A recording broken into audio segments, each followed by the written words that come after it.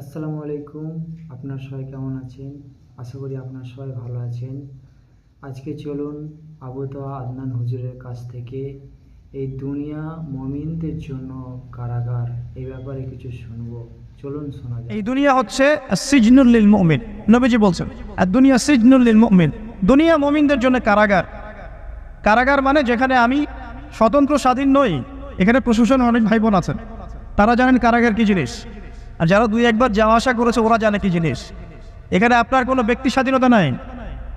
আপনি আপনার ইস্তেঞ্জা করবেন, শিশি যেতে পারবেন না, আপনি পারমিশন নিতে হবে, তারা নিয়ে যাবে, তারপরে যেতে পারবে, তাও হ্যান্ডকাপ পরিয়ে। দুনিয়া সিজনুল লিল মুমিন, দুনিয়া মুমিনদের কারাগার। এখানে আপনি খেতে পারবেন না, খাবার আসবে তারপর খাবেন।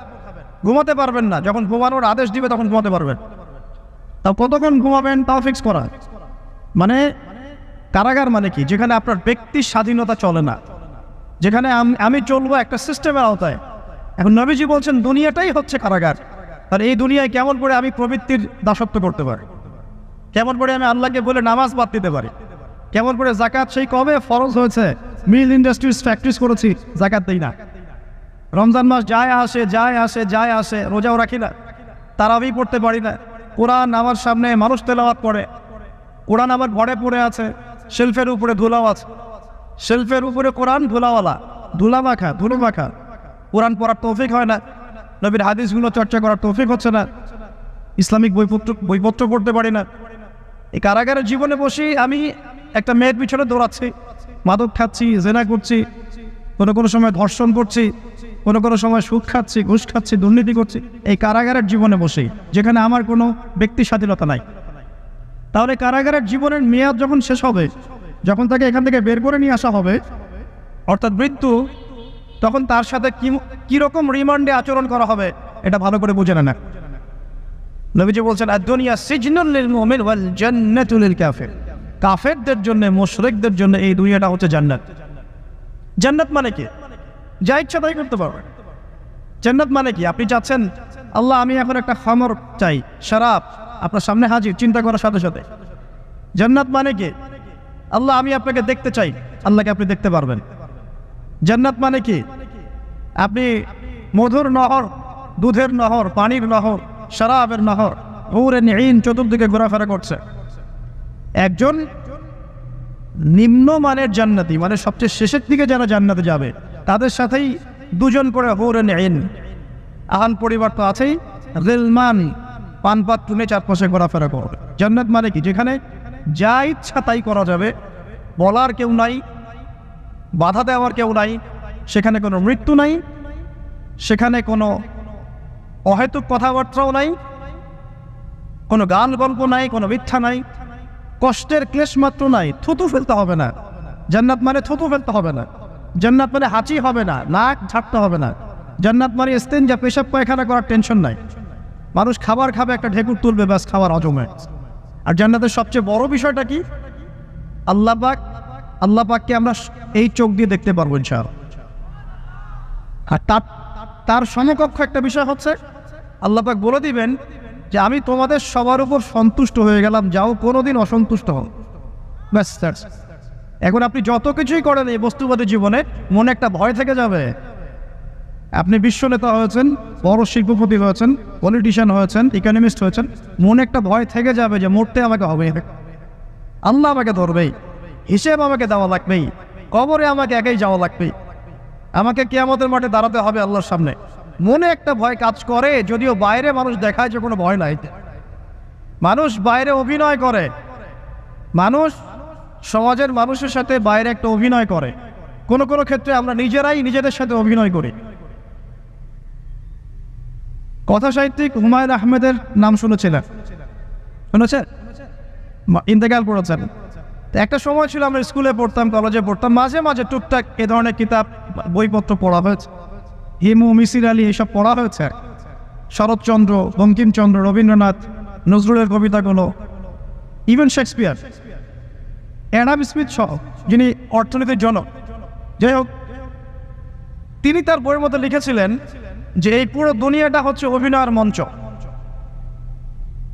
কথা সাহিত্যিক তিনি বলছেন তার মতো করে এই পুরো দুনিয়াটাই অভিনয়ের মঞ্চ, আর আমরা সবাই নিজ নিজ জায়গায় অন্যের সাথে অভিনয় করছি। কোনো কোনো ক্ষেত্রে আমরা নিজেরা নিজেদের সাথে অভিনয় করছি। তিনি বলছিলেন আমরা সবাই অভিনেতা, আর সবচেয়ে বড় অভিনেতা হচ্ছে পলিটিশিয়ানরা, কারণ তাদেরকে অনেক বড় মঞ্চে অভিনয় করতে হয়। এটা আমার কথা না, হুমায়ুন আহমেদের কথা, পড়ে দেখেন তো। আল্লাহ পাক পাঠিয়েছেন তার ইবাদত করতে, আর এই বস্তুবাদী জগৎ আমাদেরকে ভুলিয়ে দিল কিভাবে?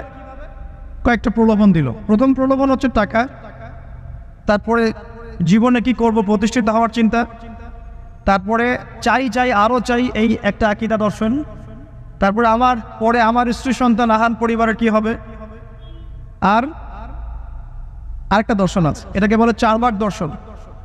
এবং দুঃখের সাথে বলতে হয় আমাদের রবীন্দ্রনাথ ঠাকুর কিন্তু এই দর্শনের মানুষ ছিলেন। চারবাক কিরকম? তার কবিতা পড়লে দেখবেন লেখা আছে, দুহাতে যা পাও হাত পেতে নাও, দুহাতে যা পাও হাত পেতে নাও, বাকির খাতা শূন্য থাক, বাকির খাতা শূন্য থাক। ঠিক চারবাক দর্শন। এটা ফিলোসফি পড়েছেন, এখানে অনেক টিচারও আছেন আমি জানি, তারা এই কথাগুলো বুঝবেন। চারবাক দর্শন কেমন? ঋণ করে ঘি খাও, ঋণ করে ঘি খাও, যতদিন বাঁচবে সুখে বাঁচবে, এটা হলো চারবাক দর্শন। তো দুহাতে যাবো হাত পেতে নাও, বাকির খাতা শূন্য থাক, মিল আছে না? ঋণ করে হলেও ঘি খান, যেভাবে হোক ঘি খান না, মানে ঋণ করে হলেও ঘি খান, যতদিন বাঁচবেন সুখে বাঁচবেন। তাহলে এই দর্শনগুলো বস্তুবাদী না? বুঝতে পারছেন কিনা? মেটেরিয়ালিজম, বস্তুবাদিতা, মানে আপনি চোখের সামনে যা দেখছেন এই দুনিয়া, যেভাবে অর্জন করে নেন, বাকির খাতা শূন্য থাক। ইসলামিক কনসেপ্ট এর টোটাল ডিফারেন্ট কনসেপ্ট। ইসলামের ঈমান, আকীদা, ইসলাম, পরকাল, মুহাম্মদ সাল্লাল্লাহু আলাইহি ওয়াসাল্লামের আদর্শ সম্পূর্ণ ডিফারেন্ট। আমরা বলি কি এই দুনিয়াতে আমরা মুসাফির, দুনিয়াতে আমরা কি মুসাফির, কে কতদিন থাকবো কোনো ঠিক নাই। নবীজি বলছেন, হে আব্দুল্লাহ বিন ওমর, তুমি দুনিয়াতে মুসাফিরের মতো থাকো, সকালবেলা উঠলে সন্ধ্যার অপেক্ষা করো না, সন্ধ্যাবেলা হলে সকালের অপেক্ষা করো। দর্শনের মধ্যে কত পার্থক্য না? আকাশ পাতাল পার্থক্য না? এখন যদি এই বস্তুবাদী দর্শন নিয়ে আপনি চলাফেরা করেন, তাহলে তো আপনার লাইফের অ্যাম্বিশন হবে একটা ফ্ল্যাট, আর ওটা এনি হাও আপনাকে অ্যাচিভ করতে হবে, legal way or illegal way আপনাকে অ্যাচিভ করতেই হবে, অ্যাচিভ করতেই হবে, যেহেতু আপনার মোটিভটা হচ্ছে মেটেরিয়ালিজম, বস্তুবাদিতা। আর নবী সাল্লাল্লাহু আলাইহি ওয়াসাল্লাম কি বলছেন? সকালে ঘুম থেকে উঠলে সন্ধ্যার অপেক্ষা করো না, সন্ধ্যাবেলায় থাকলে সকালের অপেক্ষা করো না। তুমি দুনিয়াতে মুসাফিরের মতো থাকো, তোমার যতটুকুতে দুনিয়া চলে যায় এতটুকুতে সন্তুষ্ট থাকো। নবীজি বলছেন, তোমরা হাঁটবে যখন রাস্তায় চলাফেরা করবে, তোমাদের উপরের দিকে দেখবে না যে তোমাদের উপরে কারা আছে, অলওয়েজ দেখবা তোমাদের নিচে কারা আছে, তোমাদের চেয়ে খারাপ কারা আছে। এক ভাইকে আপনি দেখবেন আপনি সুস্থ, তার হাত নাই। আরেক ভাইকে দেখবেন আপনি সুস্থ, তার চোখ নাই। এক ভাইয়ের পা প্যারালাইজড হয়ে গেছে, এক ভাইয়ের বডি প্যারালাইজড, একজন হার্টের রোগী, একজন ডায়াবেটিসের রোগী, আপনি সুস্থ আছেন, অথচ ওই ব্যক্তির অনেক টাকা পয়সা আছে, আপনার নাই। এখানে কে ধনী বলেন দেখি, আপনি না সে? আপনার সুস্থতা আছে। আরেক ভাইয়ের অনেক বড় বড় ফ্ল্যাটস, কিন্তু আপনার এতটুকু নাই, ছোট্ট একটা বাসা। আপনার কষ্ট লাগে, আমারও যদি এমন হতো। ওই বাসায় গিয়ে দেখলেন যে ইন্টারনালি সে ব্যক্তি সুখে নাই, তার পরিবারে অশান্তি, তার পরিবারে হৃদ্যতা ভালোবাসার বন্ধন নাই, আপনার পরিবারে আছে। একটা রিক্সাওয়ালা সারাদিন রিক্সা চালিয়ে 400-500-1000 টাকা আর্ন করে বাসায় চলে গেল, গিয়ে বাসায় আলু ভর্তা, ডিম ভাজা, ডাল দিয়ে ভাত খাচ্ছে, সুখে আছে, দিন বউয়ের সাথে গল্প করছে, চাঁদ দেখছে। আর সেই তো কবে আপনি ওয়াইফ কিনে চাঁদ দেখেছেন ঠিক নাই। আপনি টাকা অর্জন করার নেশায় বছরের পর বছর স্ত্রী থেকে দূরে আছে, দেখারই সৌভাগ্য হয়। আসলে সুখ কাকে বলে? সুখটা কি জিনিস? ঢাকাবাসীকে সুখ বোঝানো দরকার। সুখটা কি জিনিস? যখন আপনি বা আমি নিজেকেও বলছি, যখন আমরা আল্লাহকে পাবো, আল্লাহ পাকের ইবাদতের মধ্য দিয়ে, রাসূলের সুন্নতের মধ্য দিয়ে অল্পে তুষ্ট থাকতে পারবো, যা আছে এতে শুকরিয়া আদায় করবো, আপনার তো সুখী মানুষ দুনিয়াতে কেউ নাই, কেউ নাই দুনিয়া।